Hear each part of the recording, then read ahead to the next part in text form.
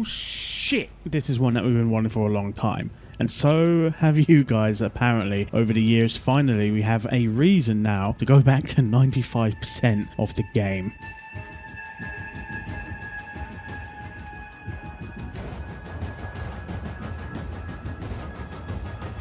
Hard mode mission nodes and ultra hard mode mission nodes were revealed during Home Dev Stream number 3, where Rebecca showed us a sneak peek of a hard mode mission node on the star chart, and we got some insight towards what is coming for those of us that have completed every mission on the star chart so far. The TLDR is that exactly what we've kind of been asking for a while now is what we're getting. The same mission nodes all over the star chart, but with an extra serving of enemy levels. So hard mode will have every mission node's enemies spawn 50 levels above their normal base level that you would normally encounter on a normal mission. So when you start a mission and that mission node says that the enemies start at around level 10, right? Now that's going to be level 60 on the hard mode version of that mission node.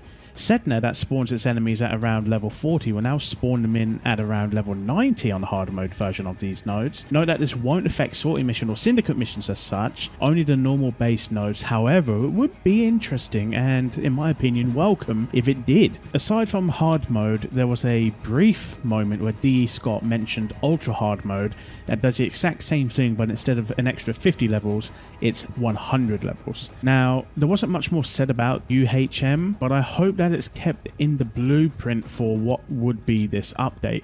Earth would start at around level 100 and Sedna would start at level 140. But why? Why bother with it? Well, this does tie into something that was said and done a little while back that a lot of creators for Warframe reacted to. Scott said that he doesn't exactly like the fact that when a new toy gets released in Warframe, the first place that the content creators and the partners go to showcase said toy, be it YouTube or on a live stream, is a simulacrum. That the art and the sound of the game, and ultimately its personality, is being avoided to showcase a weapon in a very strict, controlled environment, which is void of everything that Warframe actually is. Now, while this is, of course, a fair point, there's nowhere in the game where myself and other creators can take our builds and our items instantly and test them on the fly and quick swap mods against level 170 enemies of any faction we want, just like that. Now, we do have a footpath towards that, being arbitrations and sorties, but it's not really good enough. This is a much stronger footing towards that goal. We can now test builds in variable environments, which is what 99% of the game is. Albeit starting only at level 140 if you do ultra hard mode, of course, but it's much more refreshing than just Blue Room DPS Dummy Zone. Another reason to be interested in it is if you are someone like me who's been asking for harder content in the world where enemies keep getting nerfed, including the enemy armor scaling, and by proxy the buffs that we keep getting, such as status overflow, fire heat combo, and fucking shield gating, then we will finally have a stepping stone towards that.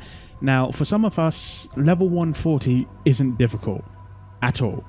So hard mode level 90 Sedna won't be difficult either. But UHM giving us an extra 100 base levels will be a good difficulty starting point, a ramp up for most of us, in comparison to whereas at the moment right now we need to do like an hour or two of a survival or a defense mission just to get to level 140 from its normal starting point. Now we just need to start the mission. It's also interesting in that we also do get this increased level difficulty scaler on missions that aren't just your general infinite missions. So we now have it on capture, we now have it on exterminate, and well, hijack's going to be interesting, and mobile defense and stuff like that. Going back into what I said about level 140 has not been difficult for most of us, there are those endurance runners that will go 5, 6, 7, 8 hours on end, and they will reach level 1000, 2000, 3000, up to level 9999, and that is where the point of the game isn't actually difficult, it's a mechanical based game at that point, using certain weapons and warframes with certain synergies and min-maxing into those synergies and playing to them in order to just still nuke enemies. But again, for most of us, starting at level 140 is a good start point, especially for those missions that do scale up as you go.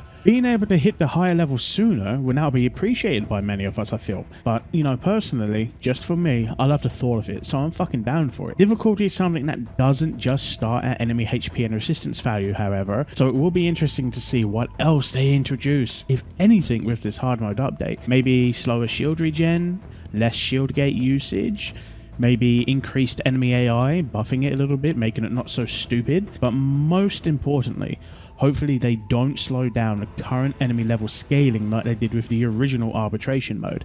If anything, make it scale faster. Fuck it, let's go all in. Now, the most important part of this, the rewards. Hard mode and UHM can't only just give us increased affinity, credits and resource drops. They know this. Additionally, the extra mastery from recompleting these nodes won't be enough either. Now, they do have some ideas as to what to give us. They said they were throwing a couple of things around and they're looking into it. Some were like some ship decorations and, you know, probably some fashion items.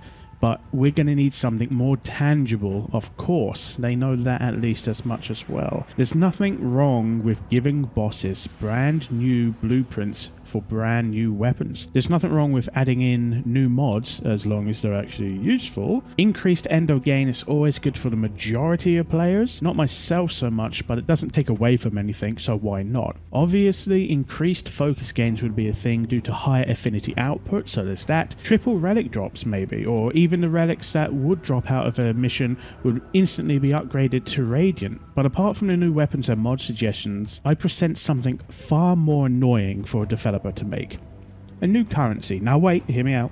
It's more like Fighter's Essence than credits or endo. Each hard mode mission would give you a token. For example's sake, we'll call them hard mode tokens or HMT. Accumulate HMT to trade in for Radiant Relic Packs, good for new Prime Access farming, 3-day boosters, Kuva and Endo, Reactor and Catalysts, Universal Medallions for standing, Kafat DNA, even more new weapons and cosmetics, and fuck it, I would even go so far as to say throw the Arcanes back in there and failed ribbons. I mean, why not? The Arcane market's been sunk as it is, we may as well make it a little bit worse. The key part of all of this is to change the Universal Medallions to be allowed to be traded in for Conclave standing how it used to be before one of the two players that actually play Conclave seriously complained about that, so we can get our Conclave armor sets and stuff. Now, this is me, also a person that actually farmed Conclave legitimately, not win trading or boosting, legitimately farmed Conclave, and I'm saying that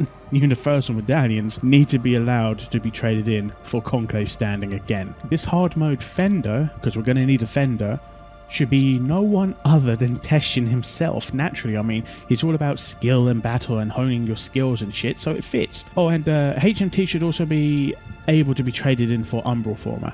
Seeing as so far an average of 2 a year ain't baller. It's pretty volunteering at the fucking homeless shelter, to be honest with you, and I need more Umbral Former. Oh, and hard mode should be available for Empyrean missions too. Let's go, boys. You pretty much one-shot everything with Void Hole and Munition Vortex anyway. It'll make intrinsic farming even better, so let's do it. At the end of the day, agree or disagree, this is all one madman's thoughts and opinions on what hard mode could be and how it could reward us. Personally, I'd like everything I said to be included, obviously, but whatever DE has drawn out on the chalkboard, I'm interested in seeing too. Regardless, I am interested and eagerly waiting to go over the star chart again for a reason. Down or not, interested, or is it a pass? Let me and ultimately DE know what you're looking for out of hard mode by saying so. If you enjoyed this video, please consider leaving a like and your thoughts on the topic in the comment section below. If you're interested in more content from myself, then consider possibly subscribing to the channel with enabled notifications, but most importantly, above all else, stay safe, kiddo.